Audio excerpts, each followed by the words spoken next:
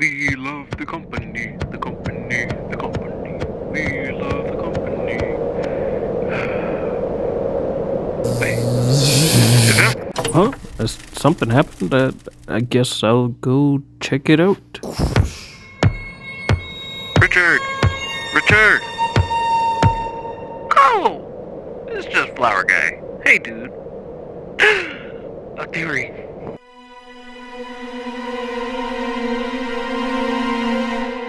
Hello everyone and welcome to another episode of Animated Cartoon Conspiracy Theory, where we now have 10 long theories, and this isn't even mentioning all the shorts on the channel. Nope. So here we are. It seems that the world has come full circle and has manifested something they've been dying for a long time. And that's more Among Us. And among us, we have some lethal company. But among that lethal company is a subscribe button and a list of secrets about the company that hired you in its recent past. So what is Lethal Company? It just happens to be a co-op game that allows you to play with your friends, finding scrap to sell back to the company. Scrap earns you company credits, which happens to be the only currency in the game, and actually warrants a totally separate video on company towns and how well those turn out. They usually turn out somewhat close to this.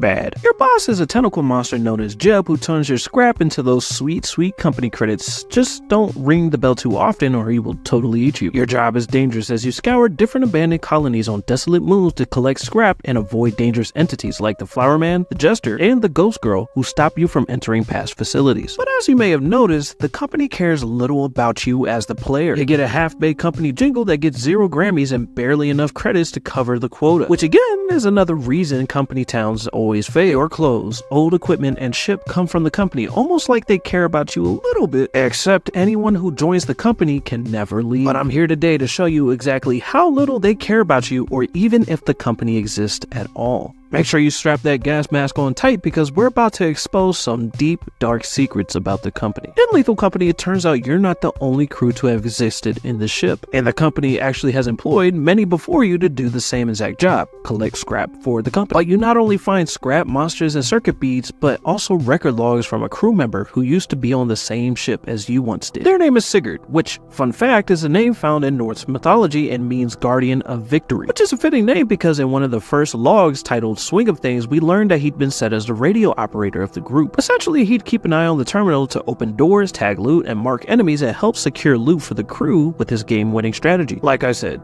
guardian of victory for his crew. But Sigurd's logs not only discuss his role in the crew, but a terrifying truth about the company that may seem obvious at first, but is completely overlooked. In the Swing of Things, we also learned that Sigurd, once out, passed by the company building and heard what he described as psychotic noises from his walkie-talkie. Later, in a log titled Shady, he describes how shady the company was during his recruitment and begins to question the company. He explains why he's on a contract job with good pay. The voice on the phone that assessed him for his recruitment were fake, but not automated, and the ship that they use is autopiloted. You can't go anywhere but the places the ship designates. So to recap, a company that pays you in company credits autopilots you everywhere for a season while you run from aliens separated from society?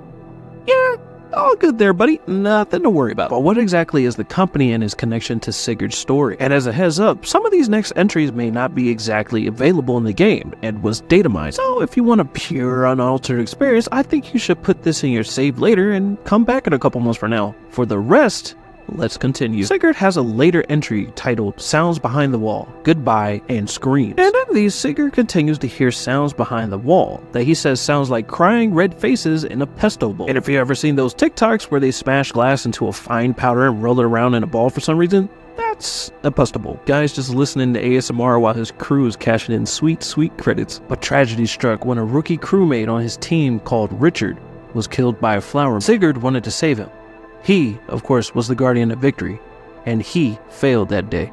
In the leading days after the incident, he places a call to the company about the incident. On the other end, it was the same fake voice. It assured him that everything would be fine, but it talked so fast, it felt like this voice had been through this conversation many times before. That's when Sigurd attempts to prove the voices behind the walls to his crewmates. He shows them his walkie-talkie, and now they all want to leave. Now that everyone understands the severity of their situation, their other member, Desmond, the tech whiz, decides to trace the call, and in doing so, finds out that the call locations had been spoofed to look like they came from the company building, when in fact, they came from across the solar system. Sigurd and Desmond then encrypt the logs so that way the company did not know their true intentions about figuring out how to control the ship's autopilot to find the source of the calls. With their logs scattered across the solar system on different moons, it seems they never accomplished their goal in finding out what the company exactly was. So over the course of these logs, Sigurd seemed to start to believe that there may have been a beast that they were feeding scraps to. But why would the company hire you to feed a monster? What's the purpose of the monster, and who is the company? The answer to all those questions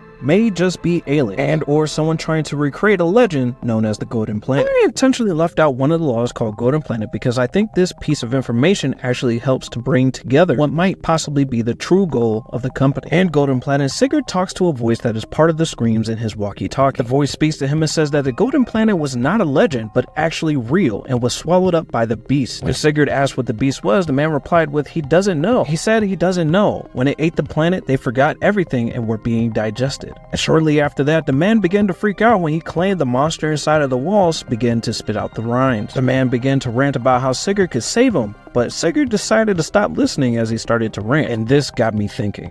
The beast that lives in the monster's headquarters may not be a beast, but actually a machine. Notice that in Sigurd's logs, he constantly mentions that it sounds like screams and the grinding of a pestle, and how the man mentioned that it would often spit out the rinds. Now, I don't know about you, but scrap doesn't exactly have skin, which, by the way, is what pork rinds are, fried pork skin. But scrap doesn't have rinds.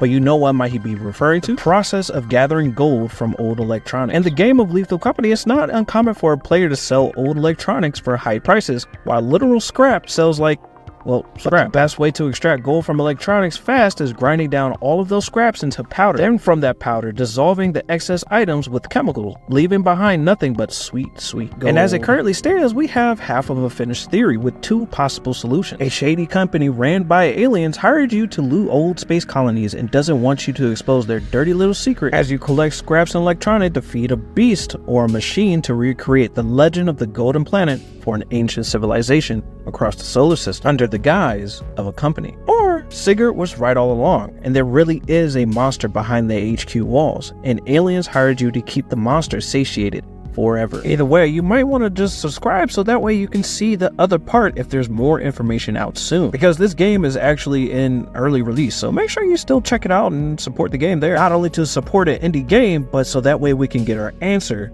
to these mystery questions. And one final disclaimer is that these extra logs have been data mined, so they could change the story completely and aren't totally accessible in the first place, so take this theory with a grain of salt. So I'll see you in another video. Bye-bye! Hey everyone, this is an extra tidbit that I want to add to the end of the video. I just want to say thanks for being patient with the videos on the channel. I'm currently a one-man band, so it does take time to create the videos. So if you want to check out some of the other videos, like SpongeBob's Real Family and Escape the Digital Circus, or maybe even Velma and how that whole thing fits inside of the Scooby-Doo verse, you should check those out. And I'll see you in another video. Bye-bye.